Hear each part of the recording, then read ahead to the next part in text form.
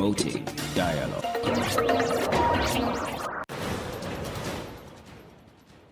It's 6 p.m. in Dakar. Many thanks for staying tuned to West Africa Democracy Radio, broadcasting on 94.9 FM and around the world on WADR.org. This is Newslink. Here are the top stories. Heads of election observation missions to Liberia, including ECOWAS, commend the election process. We hope that from what we are seeing in terms of the discipline of voters on the queue and also the diligence of the polling station officials, it promises to be a good, transparent process. Algeria suspends mediation plan in the Nigerian political crisis over the junta's denial of accepting an offer. The Guinean Economic and Financial Crimes Court grants former President of the National Assembly provisional bail, and Save the Children publishes a report on the nexus between climate change and the rights of young girls in Western Central Africa. Stay with us for details of these stories and more. Here is Abdullahi Hassan with Newslink. Many thanks for joining us. Liberia, a country on the path of peace 2 decades after the two bloody wars, is setting a new democratic record as some 2.4 million voters will, by the end of the day, through the ballot, determine the country's future for the next 5 years. Seeking re-election, incumbent George Weah and 19 others are contesting for the top job with office space in the executive mansion. Throughout the day's live broadcast of the elections, correspondents scattered across Liberia reported that voting in most polling centers passed peacefully. There is yet to be any documented incident of electoral violence, but several polling booths in the southern region of the country could not open due to overflowing of rivers. Where the second and third major candidates, Joseph Boakai and Alexander Cummins, all enjoyed their voting rights in the nation's capital amid tight security. Notably also, local and international election observers commend authorities in the country for their work thus far, particularly concerning the security arrangement, as Liberia for the first time conducted elections without any foreign military support. Professor Tahiru Jega is chair of the ECOWAS Election Observation Mission in Liberia. So far, so good. There is an impressive turnout. And the first polling unit we went to, we observed the commencement, and it appears that all is well. We hope that from what we are seeing in terms of the discipline of voters on the queue and also the diligence of the polling station officials, it promises to be a good, transparent process, and we will throughout the day go around other polling units, and we hope that what we see will be consistent in all the other polling units, because what we have seen is impressive and certainly will augur well if it is sustained. So far, the reports we have received indicate that things are going on smoothly. And obviously, that's what we all hope in an election environment, to have a good commencement, a peaceful commencement, an orderly process, and to have it sustained throughout the day. So we look forward to going around other polling stations throughout Monrovia, and we will keep receiving reports from our observers deployed all over the country.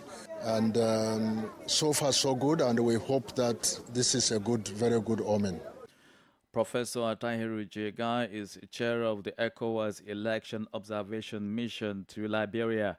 Now, as a reminder, polls closed by 6 p.m., but the National Elections Commission next says voters on the queue will be allowed to exercise their right. For the electorate, however, the process was smooth but slow and hope their vote count. The electoral umpire is opening its media center for updates on a minute-by-minute on counting and collation of results. Deviata Brown-Lansana is chairperson of the Liberia Elections Commission. There are a couple of noteworthy challenges, specifically in the southeastern counties of Sino and Rivers.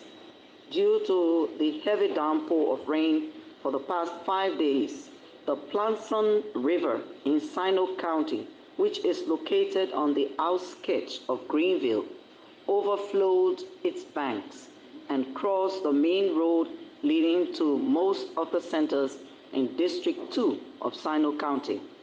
All efforts by the NEC staff to cross the river from both sides have proven futile so far. Also, the truck carrying electoral materials to District 1 in Sino County got stuck in the mud in the Butor area, also due to the heavy downpour of rain and bad road.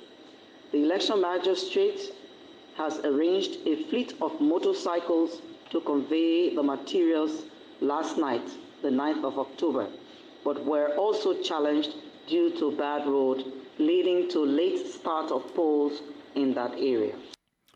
Deviata Brown-Lansana is chairperson of the Liberia Elections Commission.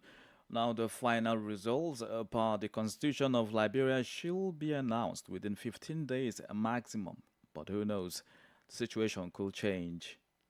Away from Liberia, Niger has its diplomatic relations with neighboring Algeria a bit crackened as Algiers announced a temporary suspension of a beneficial tie.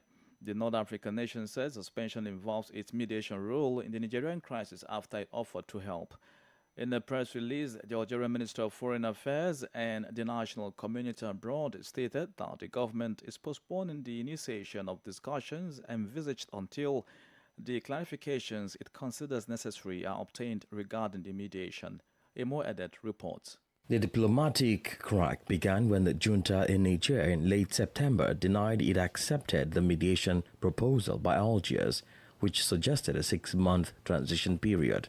Algiers claimed it had received notification from the military in power in Niamey about the political and institutional crisis it faces. To this effect, the head of Algerian diplomacy, Ahmed Attaf, had traveled to this island country in order to begin preparatory discussions with the Nigerian authorities for the implementation of the mediation plan. The Algerian Minister of Foreign Affairs and his Nigerian counterpart engaged in discussions on the program and content of this visit, according to the statement.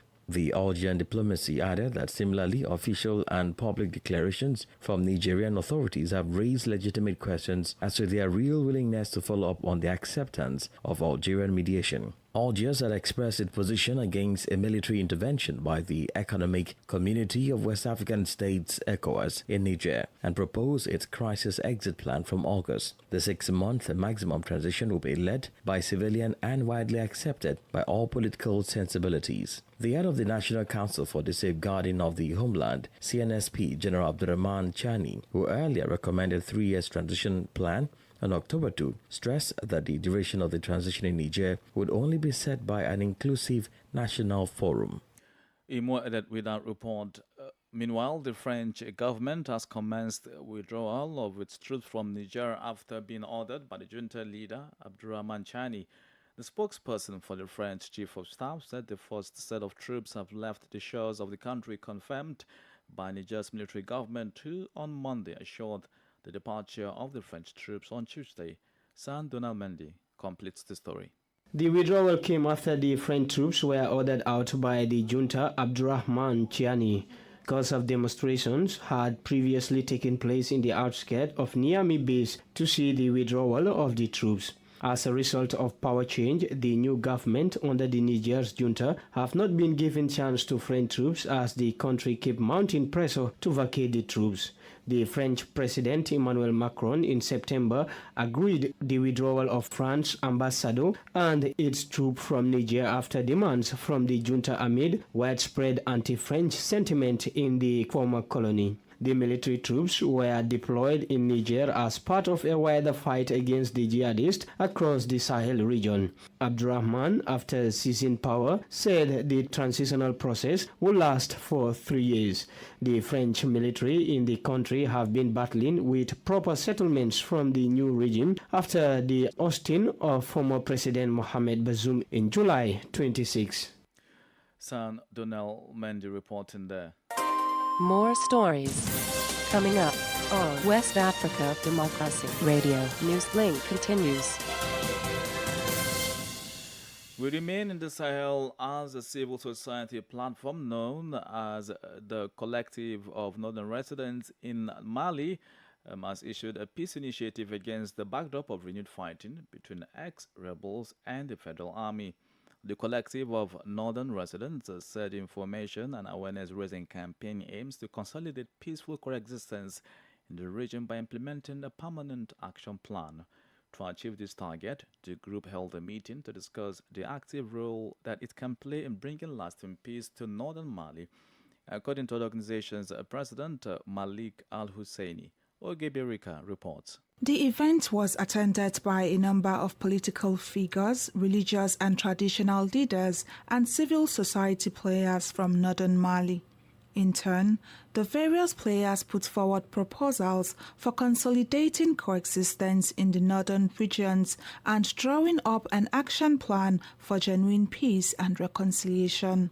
The meeting was held against a backdrop of renewed fighting between former rebels and the former army in the north of the country. This situation is further undermining peace between the communities in the north of the country. Karen is calling for a de-escalation between the Malian army and the former rebels grouped within the permanent strategic framework. At the suggestion of the participants, the organization plans to organize a peace mission to address the parties involved in the conflict. A new meeting will be organized in the next few days to define the contours of this mission of goodwill. Created in 1956, the Collective of Northern Residents brings together people from the regions of Timbuktu, Gao, Kidal, Douentza, Taodani, Minaka and Mopti, and Banjargara in the center. Its main objective is to bring together the communities of these regions, working for their development, fulfillment, and living together. Ogebirika filed that report. Over in Guinea, the former president of the National Assembly, Amadou Damaro Camara, was on Monday granted provisional release after months on trial. Amadou Damaro Camara is on trial before the court for the repression of economic crimes for alleged misappropriation of public funds and illicit enrichment. James Ojapon has more. For the first time in an 18-month trial, the former president of the National Assembly took to the stand before the Economic and Financial Crimes Court, CRIF. During hours of questioning, Amadou Damaro Camara denied all allegations of embezzlement to the tune of 15 billion Guinean francs. After a long day of hearings, the verdict was announced in the early evening of Monday. The ruling favors the former National Assembly president. After 18 months in detention, Amadou Damaro was granted provisional release. The judge's decision was motivated by Damaro's state of health. The hearing has been adjourned until 16th November for the continuation of the debate. During his provisional release, the former president of the National Assembly is forbidden to leave the capital, Conakry. James Ojapon with that report. You are listening to West Africa Democracy Radio, broadcasting from Dakar, Senegal. Here's a reminder of our top stories. Heads of election observation missions to Liberia, including ECOWAS, commend the election process. Algeria suspends mediation plan in the Nigerian political crisis over the junta's denial of accepting an offer. The Guinean Economic and Financial Crimes Court grants former president of the National Assembly, Damaro Camara, provisional bail. Still ahead in the news, Save the Children publishes a report on the nexus between climate change and the rights of young girls in West and Central Africa. We also have the sports news. Stay with us. Fresh and breaking news all the time. Hear it first as the news breaks, only on West Africa Democracy Radio. Newslink continues. Remember, we are streaming live on WADR.org.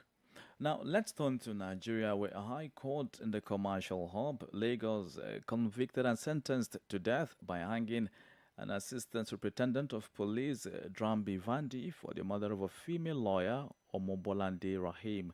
The presiding judge held that the prosecutor, the Lagos state government, has proven the case against the convict beyond all reasonable doubt. From Abuja, Usman Umar reports. On January 16 this year, the Lagos state government arraigned Vandi before the court for shooting to death a 41-year-old pregnant lawyer at a checkpoint on December 25, 2022. The convict faced a one-count charge of murder, contrary to Section 223 of the Criminal Law of Lagos State 2015.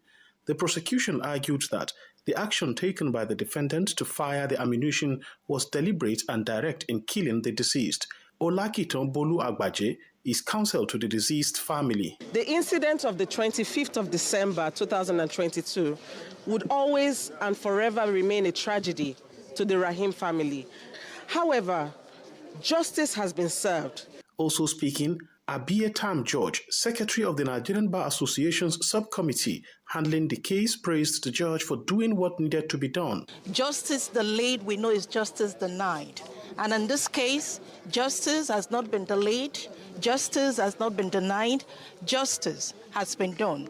We're also calling on the Ministry of Justice to consider the Gafaros case, which is also a mandate of this subcommittee to ensure that justice is done. Members of the Nigeria Police Force have for decades been accused of use of excessive force on civilian population without justice being served in many of such cases. However, this may become the first civil ruling of its kind against a police officer, especially after the 2021 nationwide EndSARS protest, which was triggered by police brutality, torture, right abuses and violations, and even killings. For Newslink on West Africa Democracy Radio, Usman Umar reporting from Abuja. An international humanitarian organization, Save the Children, has launched its annual report on the rights of young girls in West and Central Africa. The event took place in Ouagadougou, Burkina Faso's capital, and this year the focus is on the link between climate change and violations of girls' rights. The NGO aims to refocus the debate on this issue and urge governments to commit to the well-being of girls. The launch of this report is part of the celebration of the International Day of the Girl Child this Wednesday. Kotu Valerie Damin Gosom is Regional Advisor and Campaign Manager for West and Central Africa. Hello, Valerie. Hello, good evening. Yes, please can you introduce yourself for our listeners? Sure, my name is Valerie. We apologize for that mix-up. Let's bring you sports update by Sam Klejanko.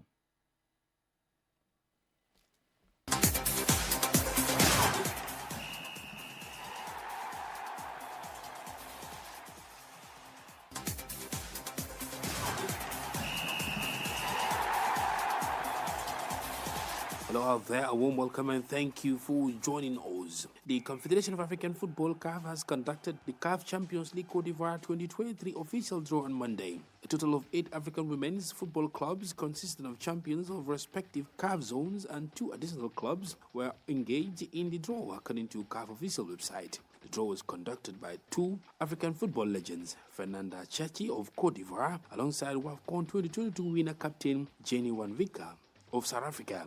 The draw set up the African Women's Club football between 5 to 19 November 2023.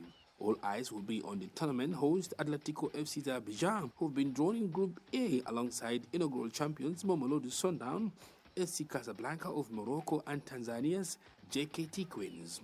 Reigning champions AS FAR have been drawn in a tough Group B alongside Ghana's Ampem Darkwa, Hurricanes of Equatorial Guinea and AS Mande of Mali. The format of the competition sees each side playing against each other within their group in a robin format, with the top 2 finishers advancing to the semi-finals to contest a place in the finals, CAF reported. The competition will be hosted in Côte d'Ivoire cities of San Pedro at the Stade Laurent Pokou Stadium and Kohogo at the Stade Amadou Gon Koulibaly. And that's it for sports. It's back to you. Sports is brought to you by Sam Janko. And with that, we've come to the end of this edition of Newslink from West Africa Democracy Radio, broadcasting from Dakar, Senegal. Thank you for listening, and many thanks to Mustafa Sek for the technical support. Do interact with us via social media platforms, X, formerly Twitter, Instagram, at WADR News, on Facebook, West Africa Democracy Radio, English service, and stream live on WADR.org. I'm Abdullahi Hassan. Good evening. And many thanks to you for listening to Newslink via Hot 105.